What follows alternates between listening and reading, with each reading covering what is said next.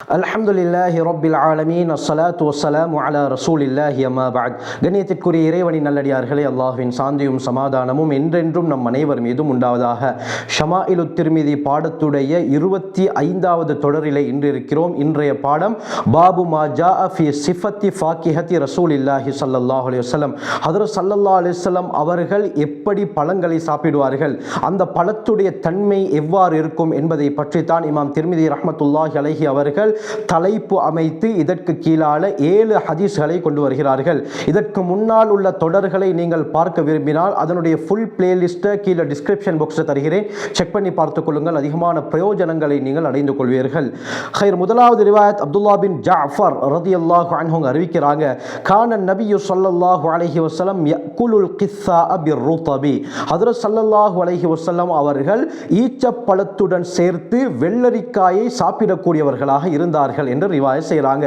ஹஜ்ரத் ஸல்லல்லாஹு அலைஹி வஸல்லம் ஈச்சப்பழத்தை ஒரு கையிலும் இதே போல வெள்ளரிக்காயை ஒரு கையிலும் வைத்து சாப்பிடக்கூடியவர்களாக இருந்தார்கள். மிஷ்காத்துடைய ரிவாயத்தில் வரும், ஏன் ஸல்லல்லாஹு அலைஹி வஸல்லம் அவர்கள் இந்த 2 பழங்களை ஒரேடியாக சாப்பிடுவார்கள் என்று சொன்னால், ஈத்தப்பழத்தை எடுத்துக்கொண்டால் அதில் சூடு அதிகமாக இருக்கும், இதே போல வெள்ளரிக்காயை எடுத்துக்கொண்டால் அதில் குளிர்ச்சி அதிகமாக இருக்கும். எனவே ஸல்லல்லாஹு அலைஹி வஸல்லம் ஈத்தப்பழத்தை சாப்பிட்டு வெள்ளரிக்காயை சாப்பிடும் பொழுது இதனுடைய சூட்டை இது தனித்துவிடும் என்று சொல்லுவார்கள். ஆகவே ஹஜ்ரத் ஸல்லல்லாஹு அலைஹி வஸல்லம் அவர்கள் 2 பழங்களை சேர்த்து சாப்பிடுவதற்கு மிகப்பெரிய நுட்பம் இருக்கிறது அருமையானவர்களே. அதே போல அடுத்த ரிவாயத் ஆயிஷா ரலியல்லாஹு அன்ஹா ரிவாயத் செய்றாங்க, அன்னன் நபிய ஸல்லல்லாஹு அலைஹி வஸல்லம் கான யக்குலுல் பித்தீஹ பிர்ருதபி. ஹஜ்ரத் ஸல்லல்லாஹு அலைஹி வஸல்லம் அவர்கள் ஈத்தப்பழத்துடன் சேர்த்து தர்பூசணியையும் சாப்பிடக்கூடியவர்களாக இருந்தார்கள். பித்தீஹ் என்று சொன்னால் வாட்டர்மெலனுக்கு சொல்லப்படும். இது உடம்புக்கு அதிகமான குளிர்ச்சியை ஏற்படுத்தக்கூடிய ஒரு பழம்.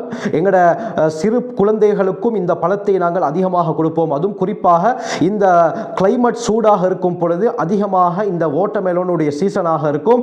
ஆகவே இதை அருந்தும் பொழுது அந்த கிளைமேட்டுக்கு உகந்ததாக இருக்கும். எனவே ஹஜ்ரத் ஸல்லல்லாஹு அலைஹி வஸல்லம் அவர்கள் ஈத்த பழத்தை சாப்பிடும் பொழுது இந்த வாட்டர்மெலன், அதாவது தர்பூசணியையும் சேர்த்து சாப்பிட்டிருக்கிறார்கள். காரணம் என்ன?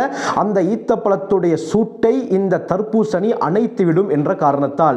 அடுத்த ரிவாயத் அனஸ் இப்னு மாலிக் ரலியல்லாஹு அன்ஹு ரிவாயத் செய்றாங்க, ரஅய்து ரசூலல்லாஹி ஸல்லல்லாஹு அலைஹி வஸல்லம் யஜ்மஉ பைனல் கிர்பிஸி வர்ருதபி.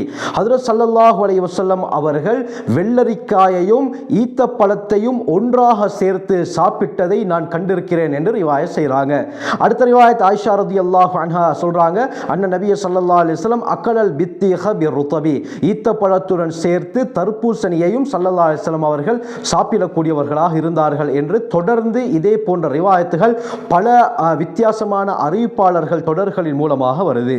அடுத்த ரிவாயத் அபூ ஹுரைரா ரலியல்லாஹு அன்ஹு ரிவாயத் செய்றாங்க, கானன் நாசு இதா ரஅவ் அவ்வல ஸமரி.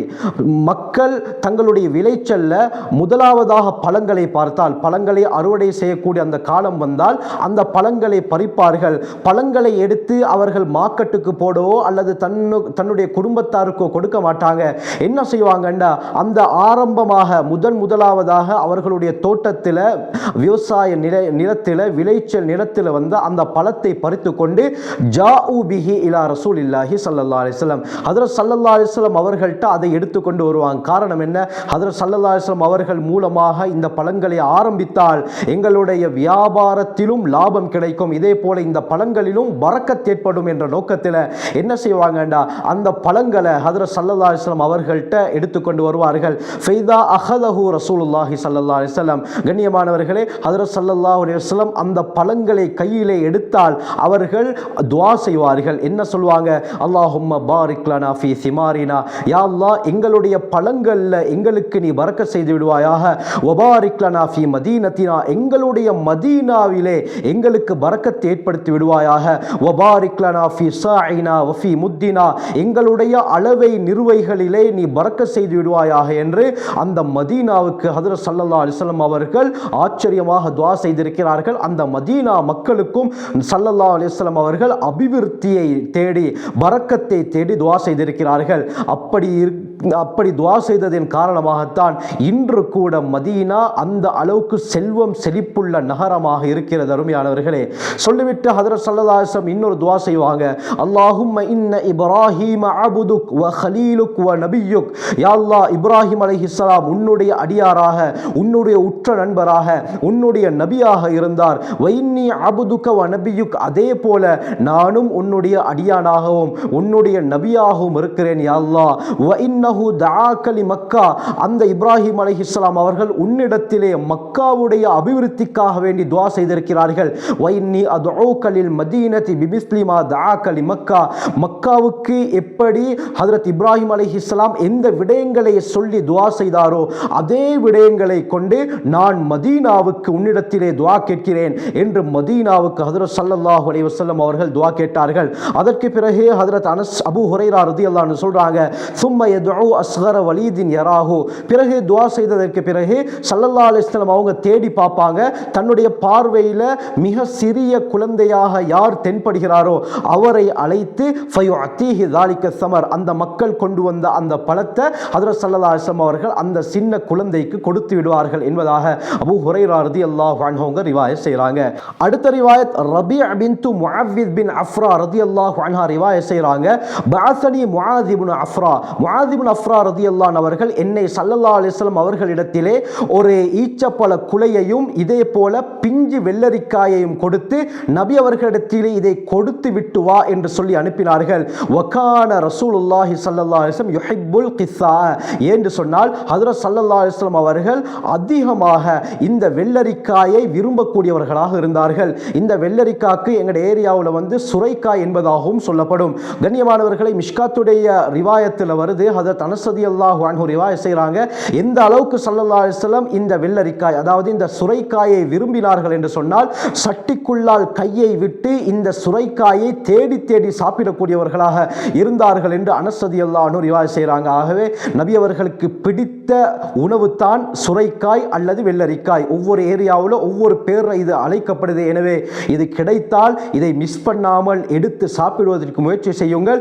நபி அவர்களுக்கு விருப்பமான ஒரு உணவு. அருமையானவர்களே, சொல்லிவிட்டு சொல்றாங்க, நான் அந்த இரண்டு பொருட்களை எடுத்துக்கொண்டு நபி அவர்களிடத்திலே வந்தேன். அந்த சந்தர்ப்பத்தில் பஹ்ரைன்ல இருந்து ஹஜ்ரத் ஸல்லல்லாஹு அலைஹி வஸல்லம் அவர்களுக்கு தங்க ஆபரணங்கள், தங்க நகைகள் கொஞ்சம் வந்திருந்தது.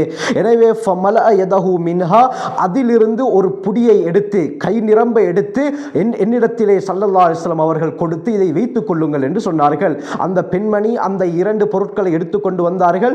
அந்த நேரத்தில் தங்க நகைகள் பஹ்ரைன்ல இருந்து நபி அவர்களுக்கு வந்திருந்தது.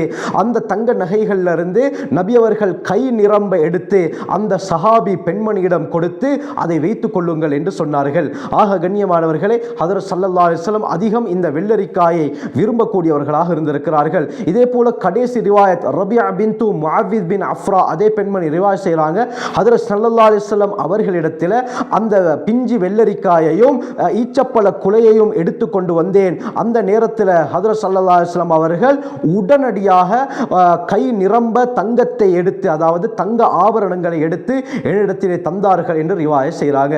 ஆக ஹஜ்ரத் ஸல்லல்லாஹு அலைஹி வஸல்லம் அவர்கள் அதிகமாக இந்த ஈத்தப்பழத்தை சாப்பிட்டு இருக்கிறார்கள். இதே போல வாட்டர்மெலோன், தர்பூசணியை சாப்பிட்டு இருக்கிறார்கள். குறிப்பாக வெள்ளரிக்காய் அல்லது சுரைக்காய், இதையும் சாப்பிட்டிருக்கிறார்கள். எனவே இந்த உணவுகளை நாங்களும் விரும்பக்கூடியவர்களாக மாற வேண்டும். அனஸ் ரலியல்லாஹு அன்ஹு சொல்லுவாங்க, ஹஜ்ரத் ஸல்லல்லாஹு அலைஹி வஸல்லம் அவர்கள் இந்த வெள்ளரிக்காயை அல்லது இந்த சுரைக்காயை சாப்பிட்டதற்கு பிறகு எனக்கும் மிக விருப்பமான உணவாக இந்த சுரைக்காய் மாறிவிட்டது என்று அனஸ் ரலியல்லாஹு அன்ஹு ரிவாயத் செய்றாங்க. ஆகவே ஹஜ்ரத் ஸல்லல்லாஹு அலைஹி வஸல்லம் அவர்களை ஆடையில மட்டும் சஹாபாக்கள் பின்பற்றல, நபி அவர்களுடைய உடை, நடை, பாவனை, சாப்பாடு எல்லா விடயத்திலும் எப்படி நபி அவர்கள் அமர்ந்து உணவருந்தினார்கள் அதையும் சஹாபாக்கள் பின்பற்றினார்கள்.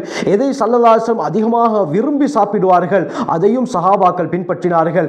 இவர்கள் தான் சஹாபாக்கள். அருமையானவர்களே, ஆகவே இதே போல நாங்களும் ஹஜ்ரத் ஸல்லல்லாஹு அலைஹி வஸல்லம் எந்த உணவுகளை எல்லாம் விரும்பி சாப்பிட்டார்களோ அதை நாங்கள் வாங்கி சாப்பிடுவதற்கு முயற்சி செய்ய வேண்டும். ஆகவே ஹஜ்ரத் ஸல்லல்லாஹு அலைஹி வஸல்லம் அவர்களுடைய வழிமுறைகளை அணுவணுவாக பின்பற்றி அல்லாஹ்வுடைய நெருக்கத்தை பெறக்கூடிய கூட்டத்திலே அல்லாஹ் நம் அனைவரையும் சேர்த்தருள்வானாக. ஜஸாக்குமுல்லாஹு கைர். வ ஆகிரு தஅவானா அல்ஹம்துலில்லாஹி ரப்பில் ஆலமீன்.